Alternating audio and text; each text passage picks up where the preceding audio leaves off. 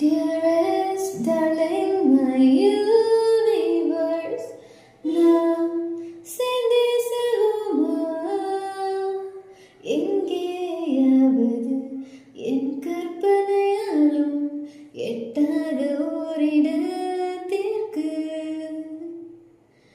ஏதோ தூரம் from earth to Mars நீயும் சேர்ந்தே செல்வாயா?